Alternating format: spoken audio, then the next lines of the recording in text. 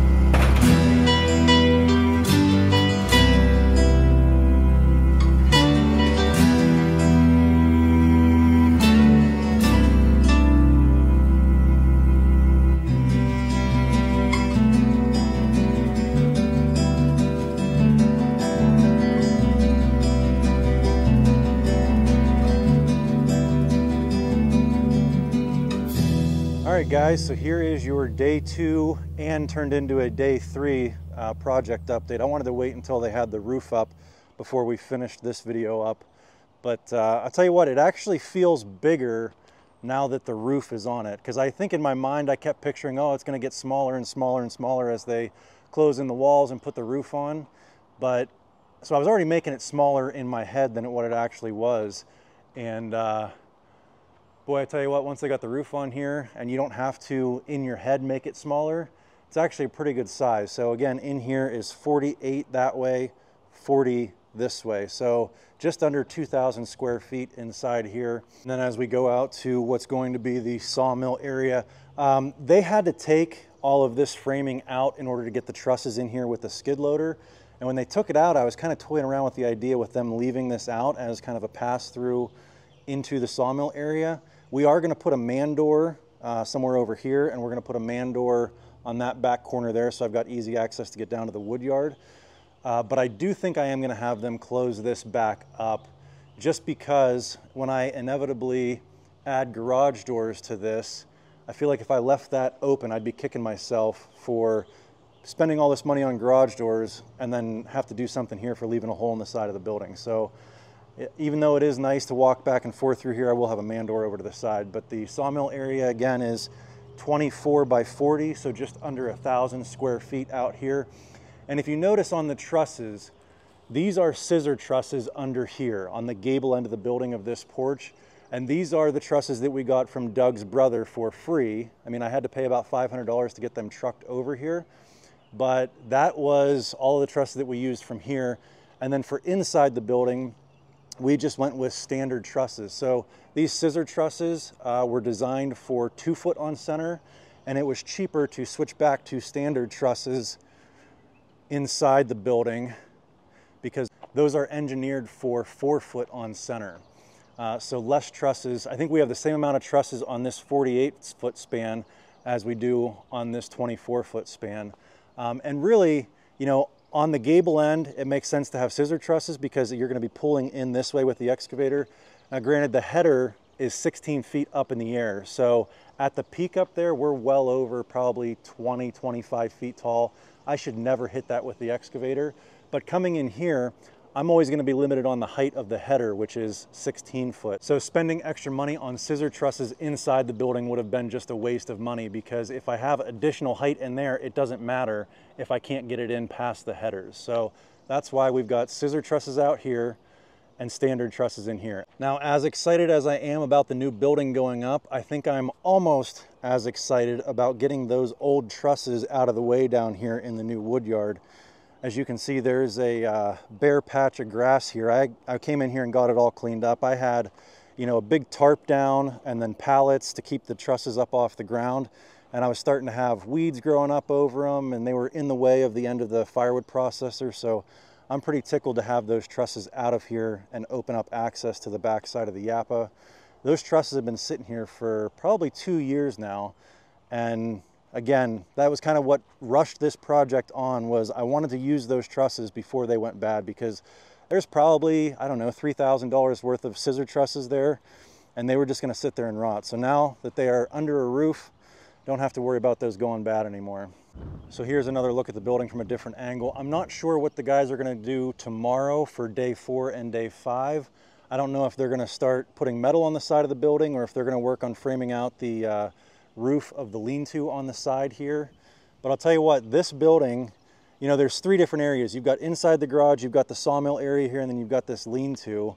I'm going to have some thinking to do on how I want to lay everything out, because I do have so many different options, which is a good problem to have, but I don't want to waste space. I want to use the space as efficiently as possible. So I'm going to have to put some pencil to paper here and figure out where's a good place to set up all the equipment. So one more thing I want to point out, I mentioned before we are using the same builders we used on the garage addition to the house, Coblentz builders. And if you take a look around the job site here, I'm not tripping over scraps or blocks of wood. You don't see nails and screws on the ground. They clean up every single day at the end of the day. So when you as the consumer or the customer comes down here to see what progress they made during the day, you've got a nice, neat, tidy job site here, which is, I don't know how important that is to you guys, but it's pretty nice to come out here, see the progress, and not have it look like a disaster. So yeah, I know we're not finished with the project yet, but we are finished with the garage addition, and I'm very happy with the work they've done there. And so far, through 3 days of this construction, I'm very happy with the job they've done on this building. And I have no doubts they're going to finish strong with this one as well. Coblentz builders, I asked them how far will they travel to do jobs, and they said, I think within an hour and a half or 2 hours of Greenville, Pennsylvania. So if you're within that radius and you're looking at having something done, I highly recommend these guys. Anyway, I hope you guys enjoyed this one. If you want to see us finish up the rest of this building and start getting equipment moved in here, click that subscribe button, give us a big thumbs up, and we'll catch you on the next one. Thanks for watching.